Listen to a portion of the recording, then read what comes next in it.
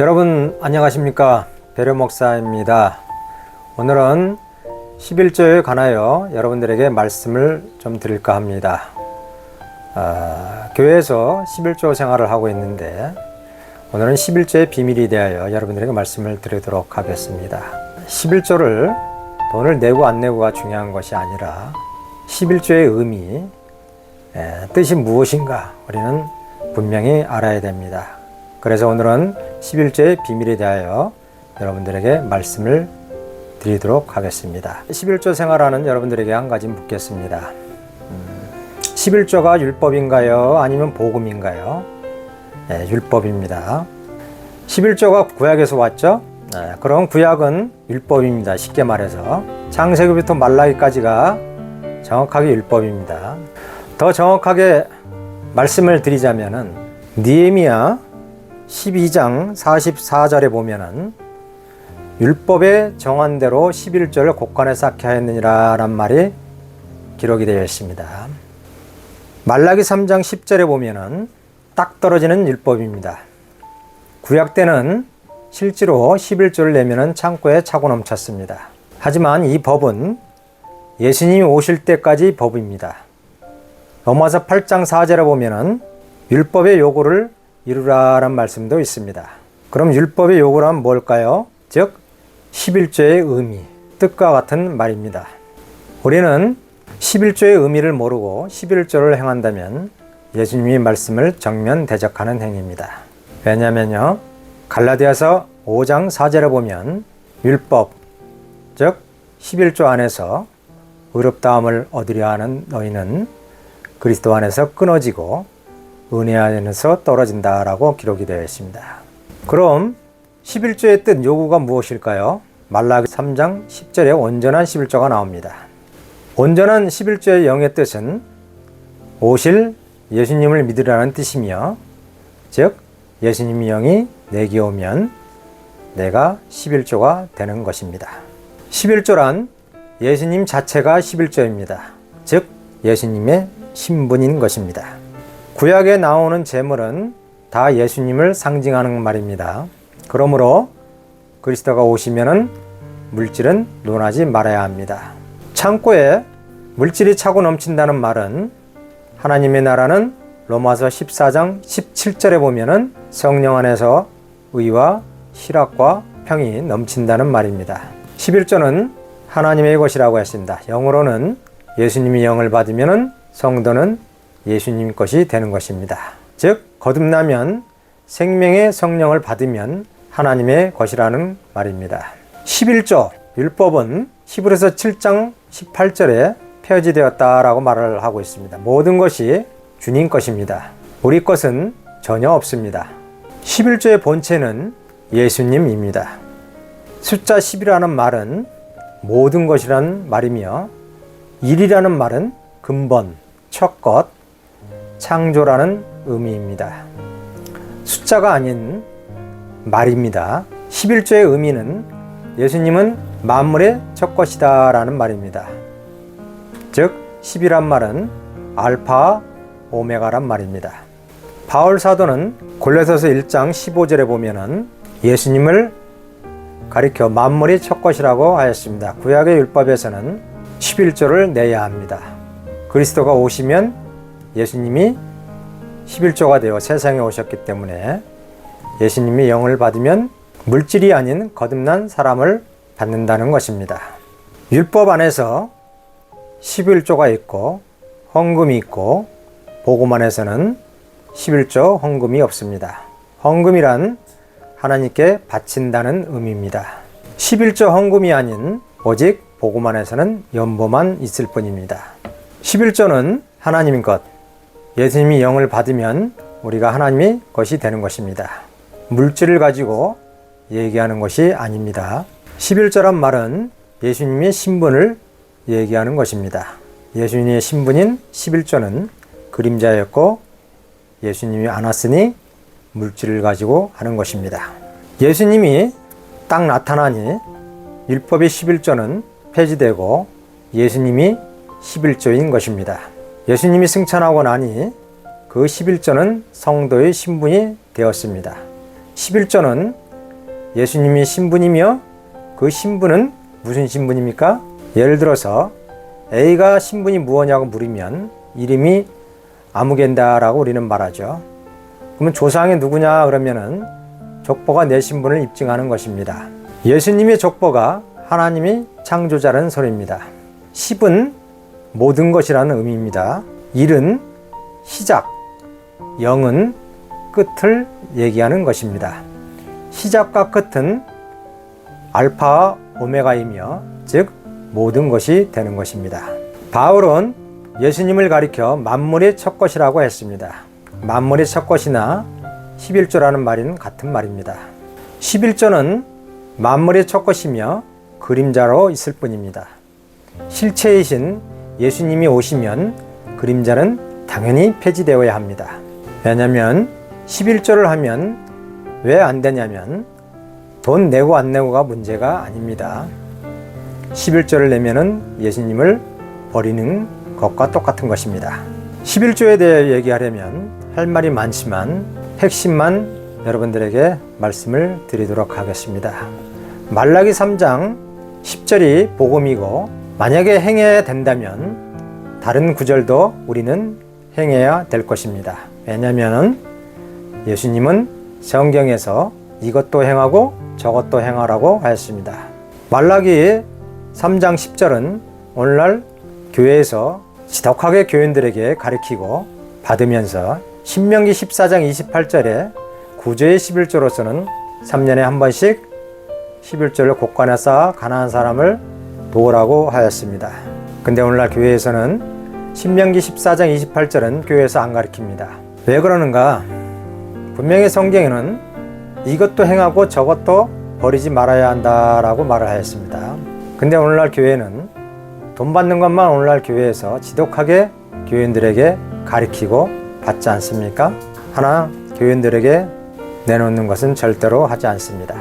우리가 이왕 율법으로 할 것 같으면 율법에 의해서 마땅히 써야 합니다. 성경에는 3년에 한 번 11조를 성전에 갖다 주지 말고 마을 오기에다가 쌓아가지고 누가 먹는다고 했습니까? 나그네가 먹는다고 하였습니다.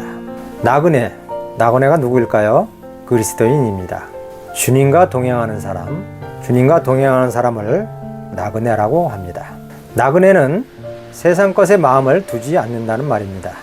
그러면 레인이 어떤 사람입니까? 연합된 사람, 성령으로 거듭난 사람을 말합니다. 레인이라는 것은 연합을 말하는 것입니다. 그리고 가부는 어떤 걸 말하는 걸까요? 가부란 오직 신랑이신 예수님만 사모하는 사람을 가부라고 합니다. 그러면 고아는 어떤 사람을 말할까요? 남자를 상징하는 것인데 아버지만 바라보는 사람을 말하는 것입니다. 이런 사람들에 한해서 먹으라는 것입니다. 오늘날 교회에서 고아나 가부나 교회에서 안 도와주니 성령께서 직접 채워가지고 그들을 먹여 살리고 있습니다. 바울 사도는 나그네입니다. 예수님도 나그네입니다. 바울 사도가 고아입니다. 주님만 사모하는 사람이 바로 가부인 것입니다. 구약 당시에는 1, 2년, 3년 된 해에는 성전에 안 내고 마을 오기에 쌓아서 사람들이 먹었습니다. 고아, 가부, 레인, 객도 먹었습니다. 가난한 사람도 먹었습니다. 이게 무슨 말입니까? 역사를 말한 것이 아니라 바로 구속사를 말하는 것입니다. 만약에 한국 교회가 3년 되는 해에 11조를 쌓아서 주위에 가난한 사람들에게 주었다 하면 아마도 교회 다니는 사람 치고 집 한 채 없는 교회는 하도 없을 것입니다. 교회가 오늘날 이런 것은 절대로 안 합니다. 그죠? 1,000억 들여 교회당 짓고 그리고 그 1,000억이면은 1억씩 주고 집을 산다면 집 없는 사람이 없을 것입니다. 오늘날 교회가 나눠주는 것은 영적으로 해석해버리고 돈 받는 것은 육적으로 해버리고 디모데전서 1장 8절에 이렇게 기록되어 있습니다. 율법을 사람들에게 적법하게 쓰면 선한 것인 줄 알라고 말씀하였습니다. 3년에 한 번씩 쌓아 고아나 가부나 나그네 먹게 하면 선하다는 것입니다. 그러면 우리 한국에서 교회 다니지 말라고 해도 아마 다 나올 것입니다. 그래서 오늘날 천주교에서 참 머리를 지혜롭게 잘 썼습니다.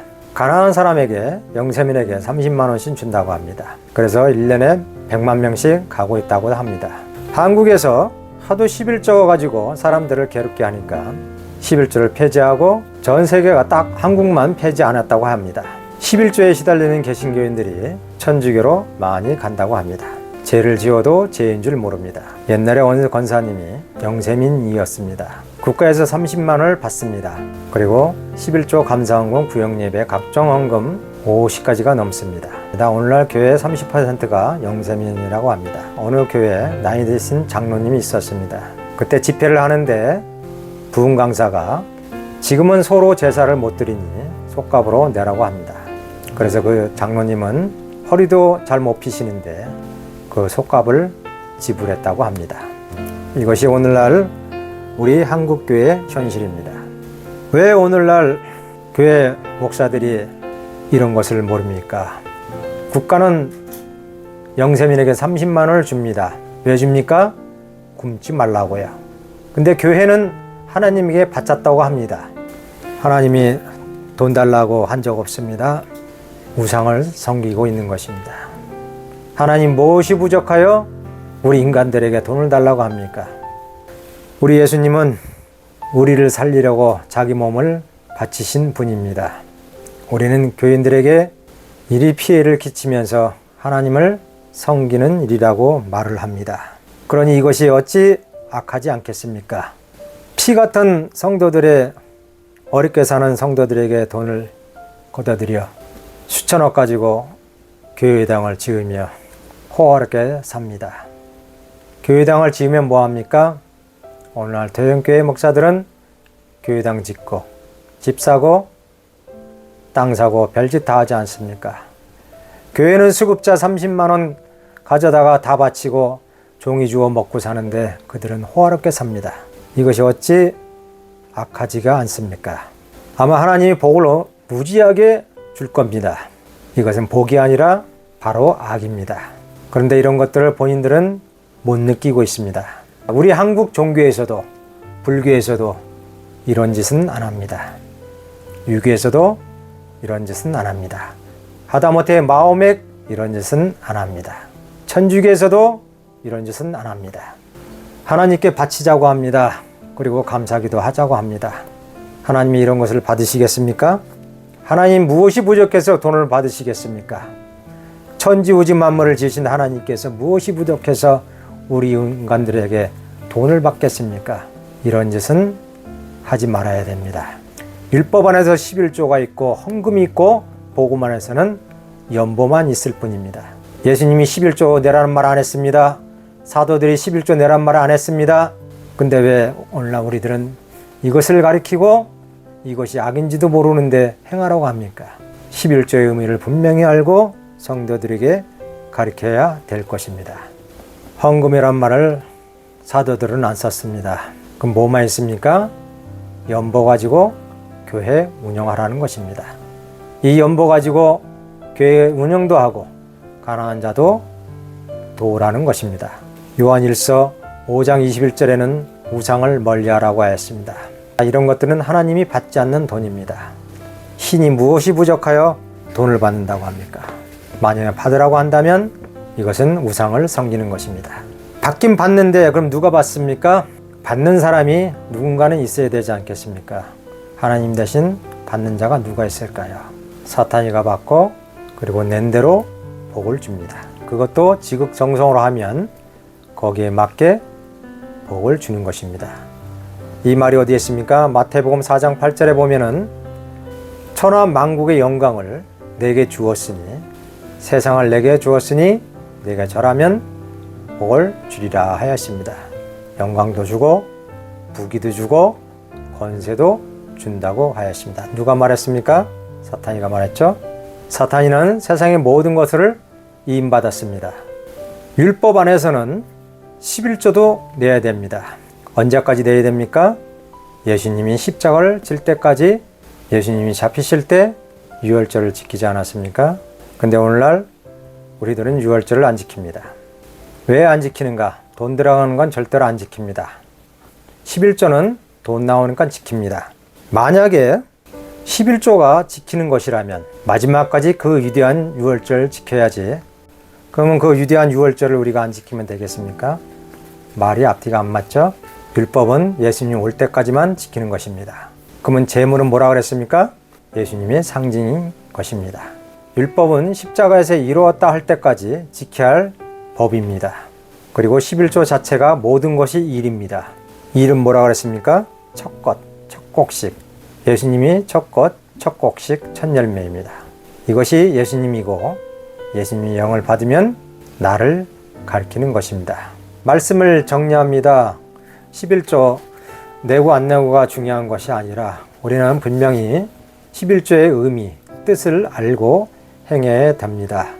그리고 예수님이 영을 받은 성도가 곧 11조의 요구를 이루는 것입니다. 우리 예수님이 11조의 요구를 이루셨기 때문에 그 요구를 받은 성도가 곧 11조인 것입니다. 이러므로써 11조에서 여러분들은 자유함을 누리시기를 바라겠습니다. 여러분 감사합니다. 다음에 또 뵙겠습니다.